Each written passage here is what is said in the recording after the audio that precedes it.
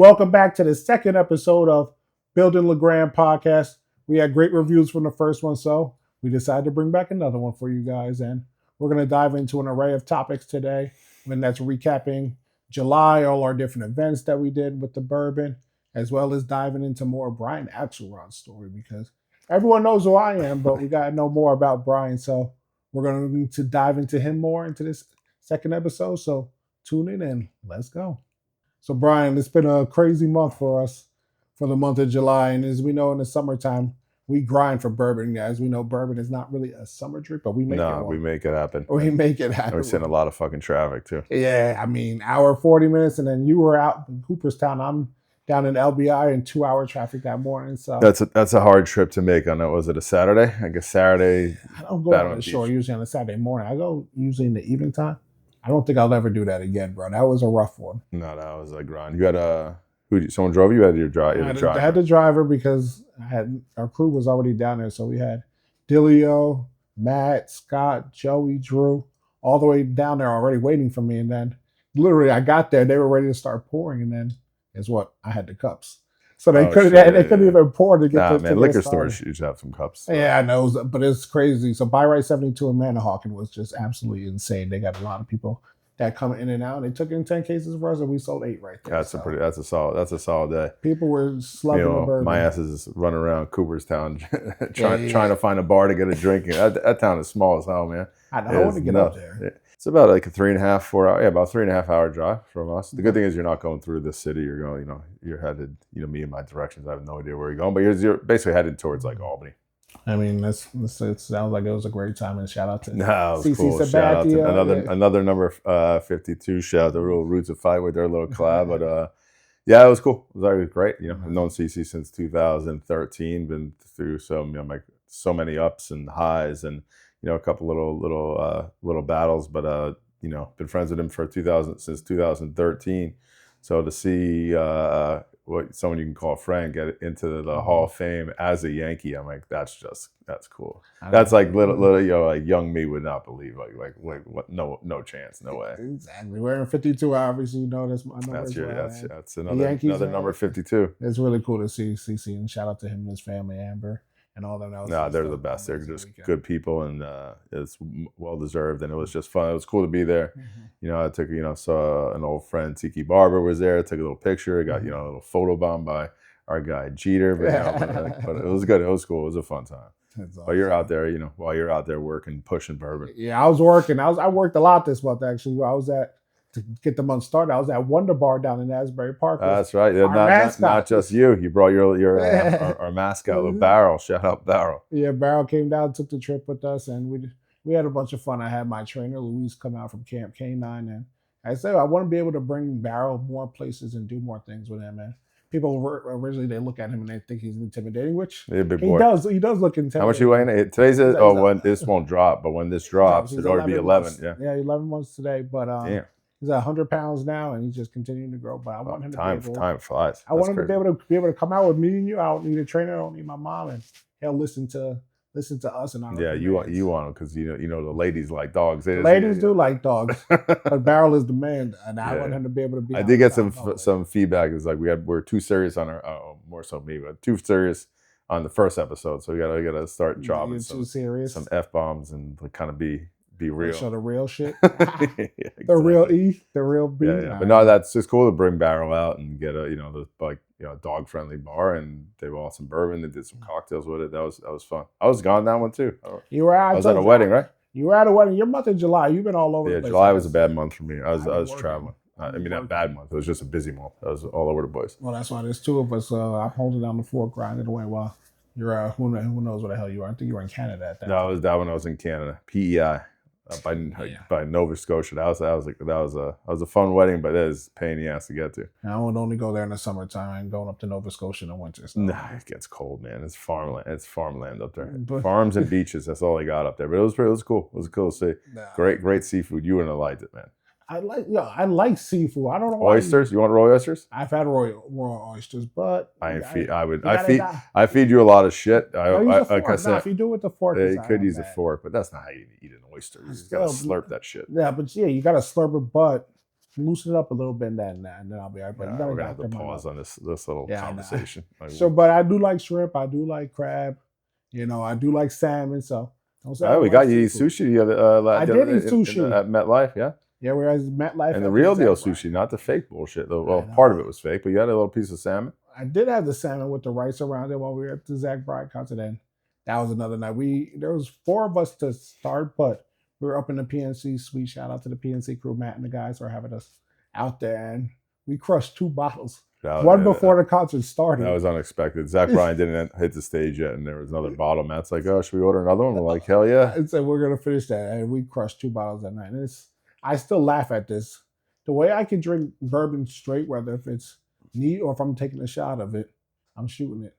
It's insane how much I can drink compared to a cocktail. Yeah, it's your body and how it handles alcohol and the bourbon is weird because it's like we were at an account the other night. You had 2 drinks and you were granted they were made with the 104 proof, but I turned over and like you were like, "Yo, you're drunk, dude." I don't know what the cocktails do. That was only 2 drinks. Oh, they were heavy drinks. It messes with me that old fashioned with the 104, and I don't even know if it was old fashioned. Yeah, then you ordered some. No, I didn't order that. I don't know what the fuck. I didn't order that. Yeah, he brought it to me. Remember, he said I got pictures. The bartender goes, "I made a daiquiri this weekend for somebody with the bourbon," and you're like, "Oh yeah, that's great." And the next thing you know, you had some like bright red pink drink or something. I took one for the team. Yeah, no, it was good. It was actually it was a good cocktail. It was a good cocktail. Yeah, but they're using that 104 proof. Whenever you have places that are making the drinks with the 104 proof, that's dangerous. It's very dangerous, but hey, we enjoyed it. That was at Norte 175. Makes a great drink. That took us an hour, 40 minutes to get there, but I'll tell you what, Vinny and his crew, they were great. We had a great time. Yeah, and we learned. I didn't know that because you know me, like I've been living in Jersey my entire damn life. I still don't know where the hell I'm in, but that was like a famous place. That was Sinkhole place. It was the 2 sinkholes there, and within 2 months of each other. They're very proud to share those stories. Like, hey, this is where we have the sinkholes. And they were like, this is where we had the sinkholes, and this is where we almost went out of business because that was the sad part. You learned that their businesses got crushed. There's no way to get to and from, so they had to struggle. We couldn't even get through that one road. Remember, we went around like 3 times just to get to the place, and we didn't understand why. I can imagine when there's a sinkhole in the middle of town, but. Yeah, sometimes Waze doesn't understand that if it's you don't go down a road, they don't realize it's closed, and it keeps sending you back to that damn road. But that was a good event there. That's a great place. Food was awesome. Drinks were great. And then another one that we had is you were actually there at this one, our 3rd annual rooftop event at the Beach House. That's where we really get all the crowd to come out, whether if it's our friends, investors, and also just the random shore crew of Monmouth County. They come out. Yeah, man. Beach House was that's what do you say? It was like our third year in a row, and that's now it's like, it's an annual thing. But we always get like good people that like come out and support, and that's one of our that's one of our best events of the year. I look forward to that one. It really is, and because they put us on a cocktail menu this summer for the first time, but then that night they have about 4 or 5 different cocktails that they have served on the menu, and they're also allowed. Yeah, cocktails are good. I was having that peach one. That was good. I think that's been on the menu for the last 3 years. The iced tea one, and then there was the Kentucky Buck, which I remember we originally had. That's an OG. Yeah, it's an OG one. I love that drink, but the muddled strawberries with the straw is not great. And my niece was working there. She was on the bottom floor. Oh yeah, she was down there working. Yeah, she's making drinks. She doesn't know how to bartend at all. When they got her behind the bar, so I was like, "You sure you know what you're doing?" She's like, "We'll figure it out." When I went to say bye, she was down there pouring beer and beer, and I think on the rock she's got a handle. Once next year she'll progress to cocktails. Yeah, I was like, they put her to work there, and she looked like she was doing a good job to people. But yeah, shout out to that whole crew over there. They do a great job, and they're big supporters of the brand. That was good stuff. So yeah, we had a lot of stuff going on, and then coming up, I don't know when this drops, but August is a busy one, and then next thing you know, it's football season. And then you got to get back to you're back to your job. But yeah, I know, back to being in the broadcast booth every Saturday is funny. As people reach out to me about doing events, I'm like, from September till November or December, actually. Saturdays are out. Like, so you got to catch me on a Wednesday, Thursday, or Friday, because most of the time Saturdays I'm done. I am doing a few things this year, obviously with the walk. I'm going to do something again later on with Beach House down in October or watch party. But other than that. Yeah, that's the tough part because everyone wants to do watch parties and like, oh, Rutgers away game. They don't realize like, no, you still do work at the away game. Find a way to pick 1 or 2 a year to do. So where do you set up? Like right this spot right here? I'm going to set up right in here. We've got the big TV behind me, and I have my headset right here, and I do the pregame, halftime, postgame. a little behind the scenes, like when you hear you on the radio, this is where you're at. Yeah, when I'm going crazy, you hear me right in here. I'm breaking down halftime, snapping. Right in this room. Well, hopefully there's no late games like that USC game. You know, I got to stay up till 3 in the morning. That one was rough. That one I said I will take off if we had to do that late again. That 11 o'clock kickoff in USC that year. I mean, I went to bed at 4 a.m. Got up at 7 the next day. When I was in my 20s, that was easy to do. Not in my 30s no more. I was hurting. Yeah, you're an old man. You're an old man now, so you got to get your beauty sleep. Ah, man. But now we're gonna dive into who Brian Axelrod is because, like I said in the beginning, everyone knows who I am.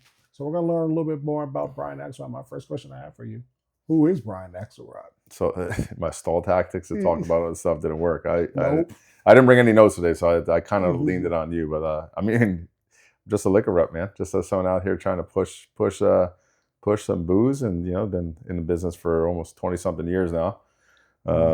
Met you and worked on projects. Did a little everything in the business, but worked on big projects. Like a big break was working on Douce Cognac and Jay-Z and his team.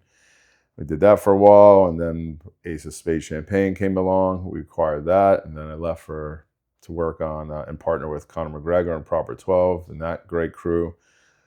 That was a fast one. It was a massive launch, and that brand exploded on the scene. And that was an exit that happened within 3 years. So over COVID, and that's when you start calling and saying, "Hey, I want to get into the liquor business." And as everyone knows, I was like, "Yeah, okay." That ain't everyone else, but now just working on some of my own brands. Working LeGrand Bourbon being one of them, but we got the Chica Cheetah is another one, Sip Margs, and then this Wild Common Tequila. So that's enough. I'm keeping busy. I mean, enough here. 4 brands, that is a lot. 4 brands is enough. Guys, and fingers don't stop on the phone, man. 4 brands, and then sometimes your personal driver. It's like that's a job. Personal driver is usually for the brand, though. That's fair. I'm not driving you anywhere non-bourbon related. That's a fact. You were driving always the bourbon. That's a fact. Spots. Yeah, I'm not taking you to go on dates or anything like that. Right.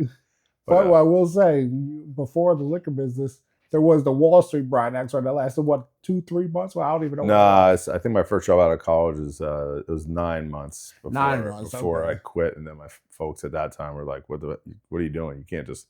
This is not college. You can't just quit job." But I was doing some finance nonsense, checking trades, and working with Smith Barney down in Manhattan. And I can't picture you doing it. I couldn't picture myself doing it either. You got to fake it till you make it, and I definitely didn't make it. So I faked it for sure, but I was like, "This is not where I belong." And then a friend of mine was working in the liquor industry back in Florida, where I went to school, and she was like, "You need to get into this business." And I was like, "I don't even know how," and I was just making some phone calls, whatever. Long story short, she got my resume to a distributor in Florida, and they interviewed me, and then I moved back to Florida for a little bit and started in the business. So I started as a sales rep with National Distributing, Fort Lauderdale, and around, I don't know, now I'm dating myself, 2000, around then.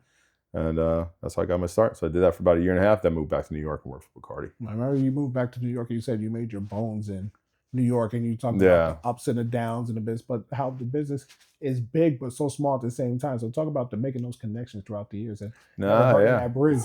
It's funny. Shout out Barrow over there barking. Come on, man.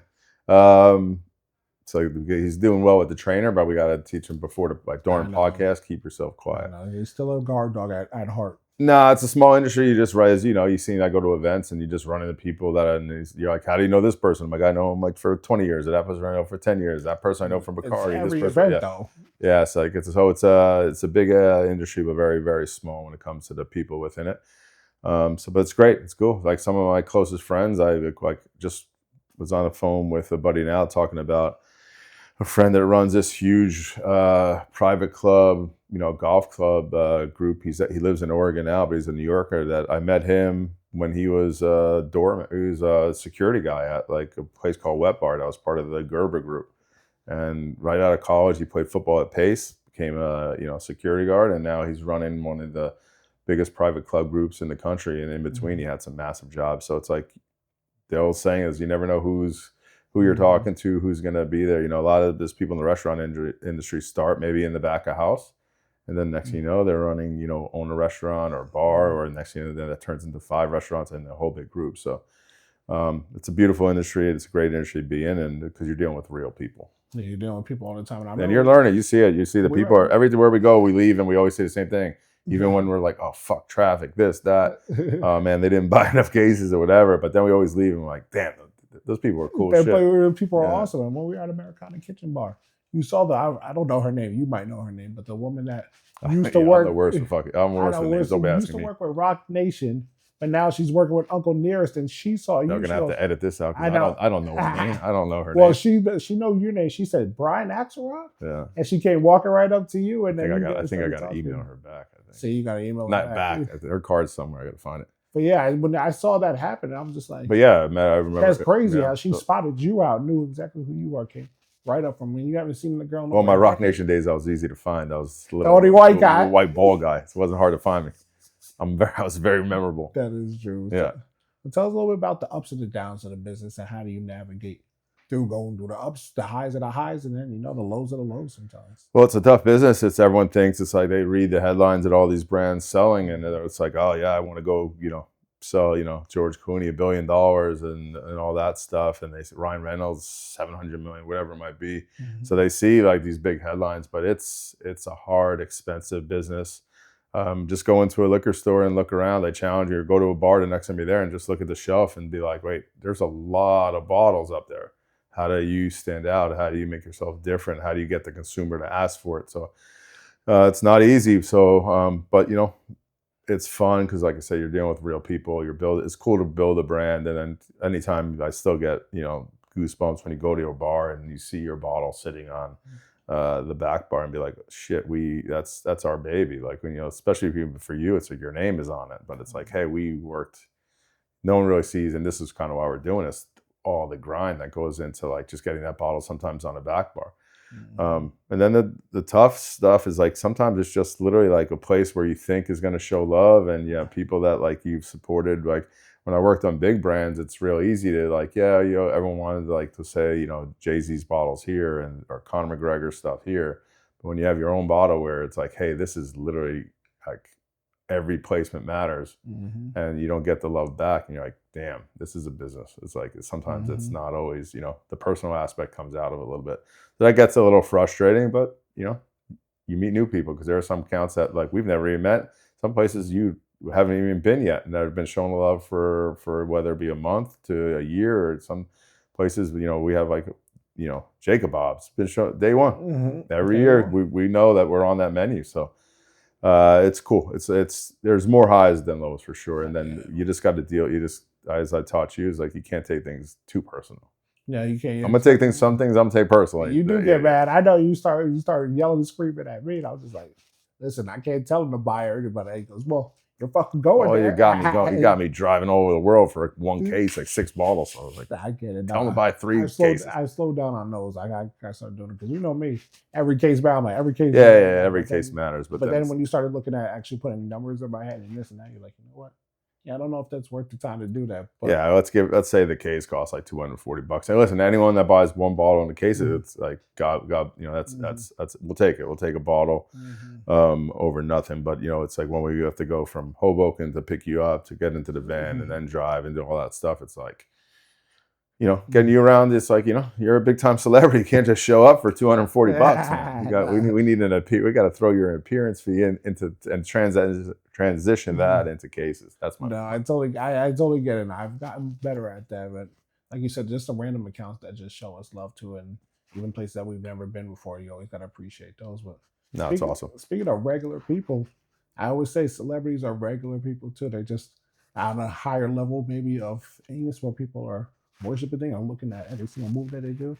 What's it like working with celebrities and dealing with the different personalities, because they're normal crazy people too. Yeah, listen, they are regular people, but they also walk different lives. So it's like you can't just bring them to a bar, or especially when you're dealing with a business. It's like, hey, it's like if Jay-Z or Conor McGregor is going to show up to a restaurant or bar, you're doing a disservice to the brand if you're not trying to figure out leverage it into like, hey, this is a big opportunity for that space or that venue. So, you got, that's where the business aspect comes into it, because it's like, hey, usually it's they're getting a better deal, because if you're just going to pay a celebrity to show up, you're throwing cash at them, and there's maybe there's an appearance fee. Let's say that happens.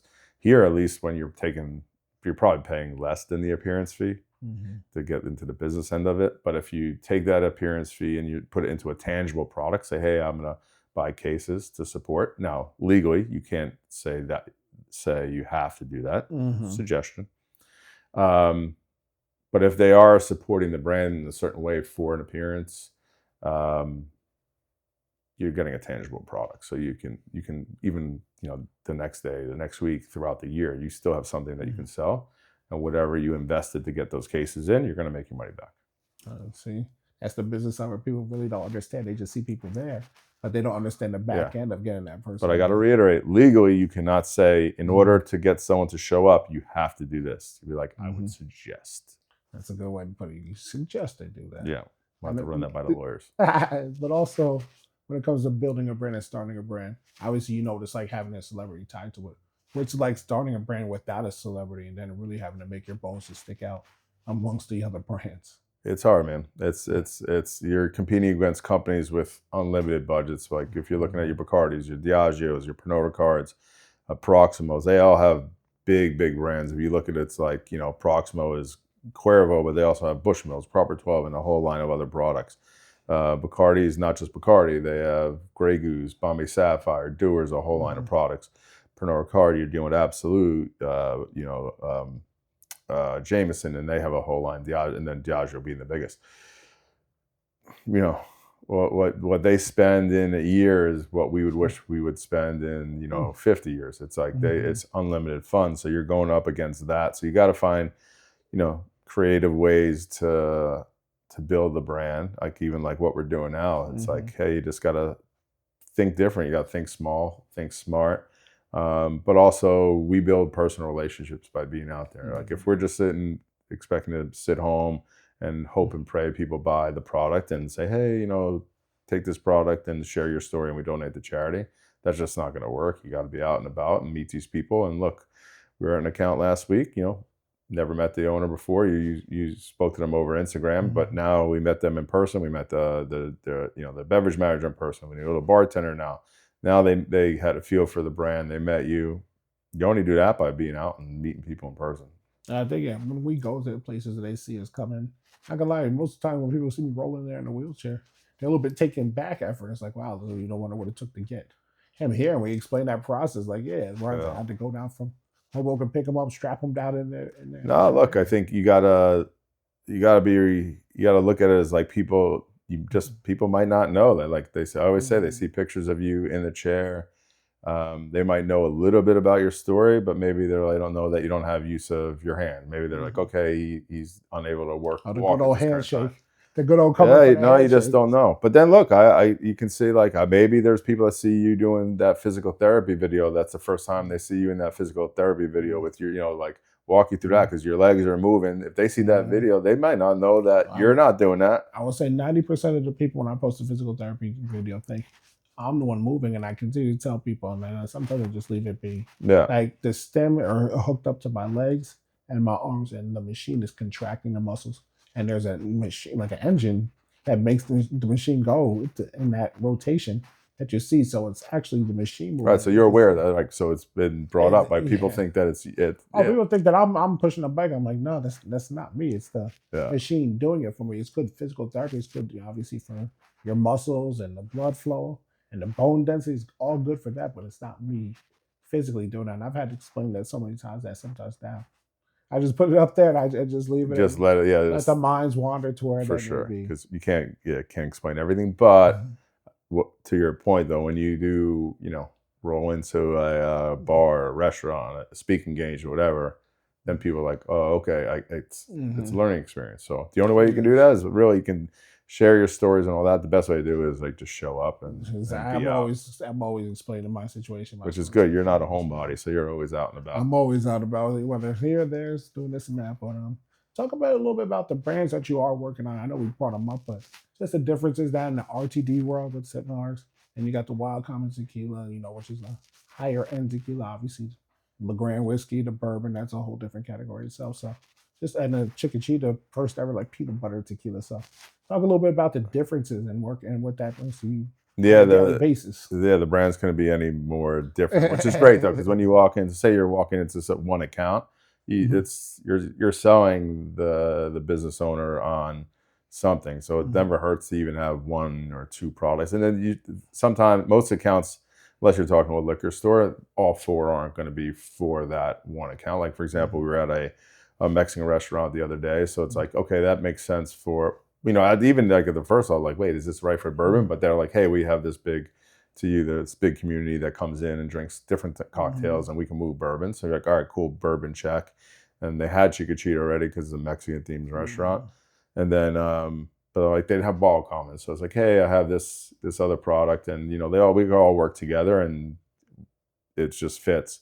Liquor store, it's like, hey, they bounce each other off. So like, especially now that actually Wild Comment is the only one that doesn't have like a celebrity tied to it. I'm referring to you as a celebrity. You're a big time celebrity. Big time. Eric LeGrand. Yeah, but it's like, it's like you get the attention of the store. It does help getting attention to the store owners and stuff like that. But each one of you is different. You're much different than how Caleb operates.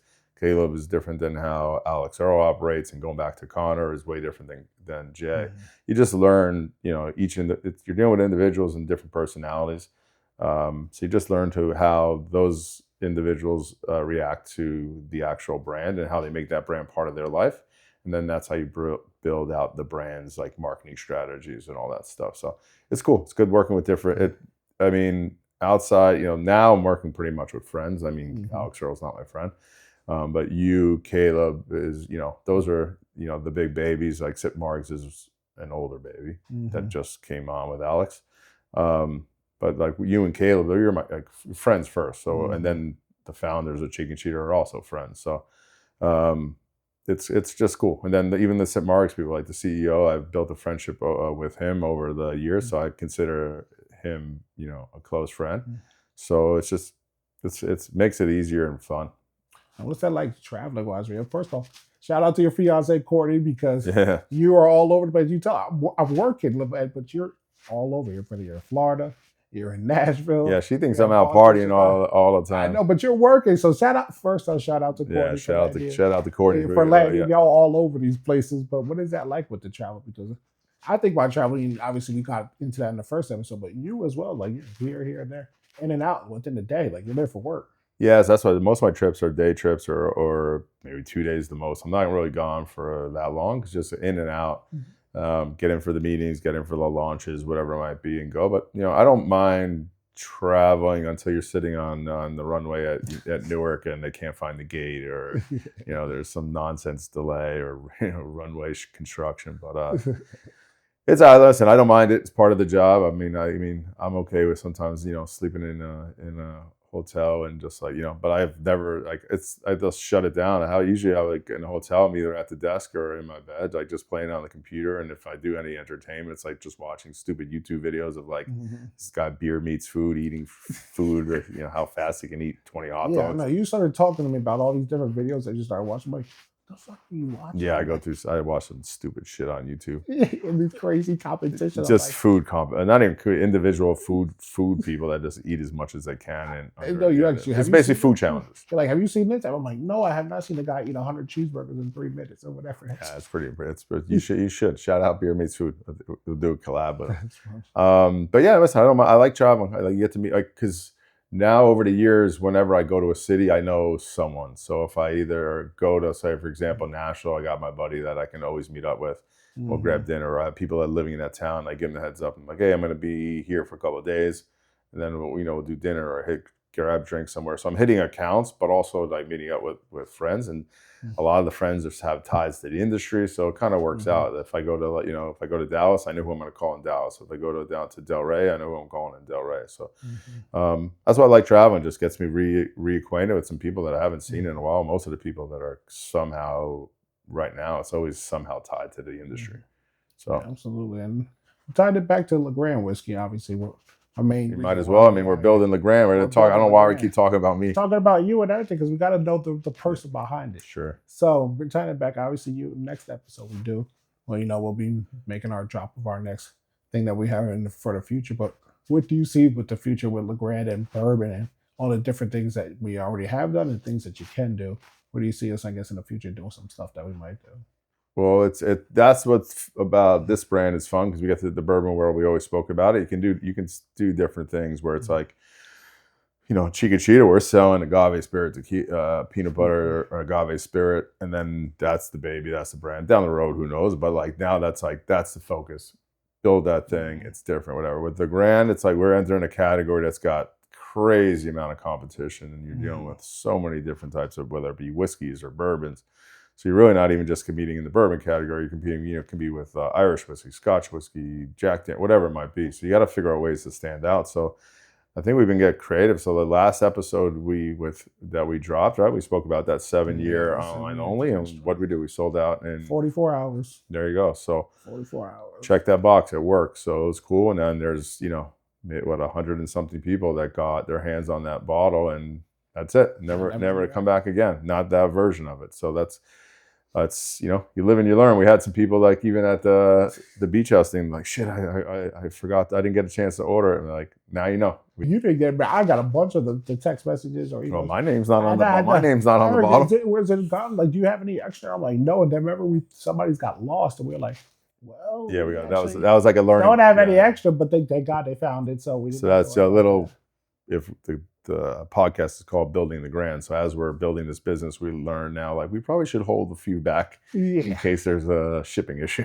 Yeah, but thank God they found it, so we didn't have to worry about that. So we're good. But this one we skated clean, we're good. But so that works. So next year maybe we do, 2 barrels instead of 1, or we do something different. But it was cool, and everyone that got it was super happy. Your boys are drinking it like it's like 80 proof. Meanwhile, it's 136. I could not believe it. I'll light your ass up. I was telling one of our first investors that's here right now, Ron Rudy Jr. about shout out Ron over there. Over there, yeah, for sure. But I was talking about Joey. He's sitting there at home. He takes down 3 glasses the first time. I'm like, what are you doing? He goes, that's like, what happened after? He goes, I fell asleep. I'm like, yeah, you think? Yeah, 136 is light your ass on fire with that. We joke around with the 104, but 104 is traditionally like poured in cocktails. It makes a great old fashioned. It makes good drinks, like for those higher proof bourbon lovers.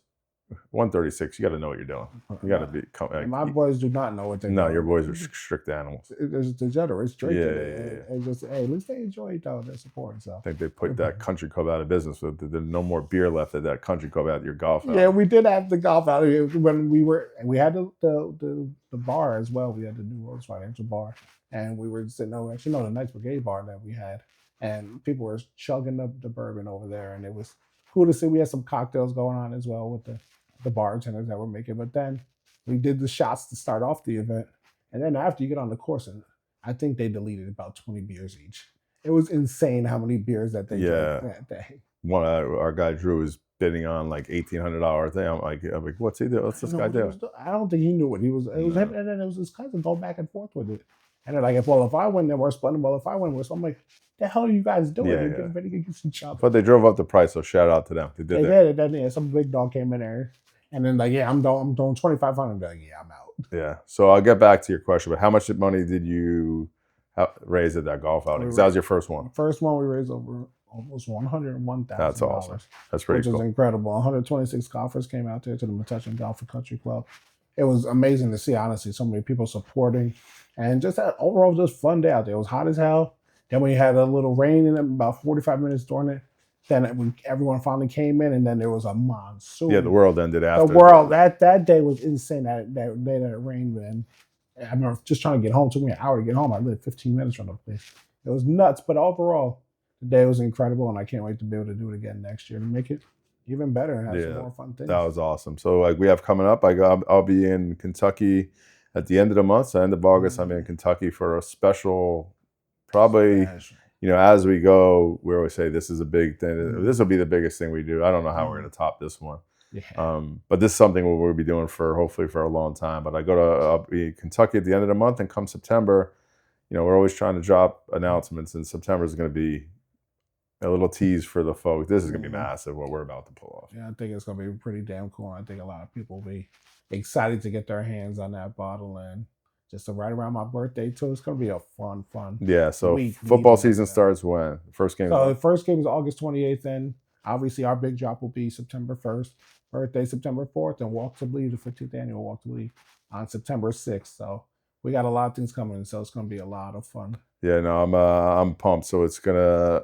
it's going to be a special. This one's going to be special. Like we really can't give too much info, but I know this is going to be massive, not just for you, but I think our fan base is going to go nuts over this one. I think so too, and we'll probably acquire a few new fans as well. Yeah, absolutely, we will. We'll get some more people that may not be bourbon drinkers on it, but they will be after this one. So I think we're going to wrap it up with that right there. We'll leave it with that special announcement that'll be coming up next episode, and just want to thank you all for tuning in to episode 2 of Building LeGrand. And stay tuned for the more amazing things that we have. And hopefully to learn a bit more about Brian on this episode. No, that's it. This episode's the last one. Turn it back on your ass next time. We appreciate you guys and much love to you. See you again soon.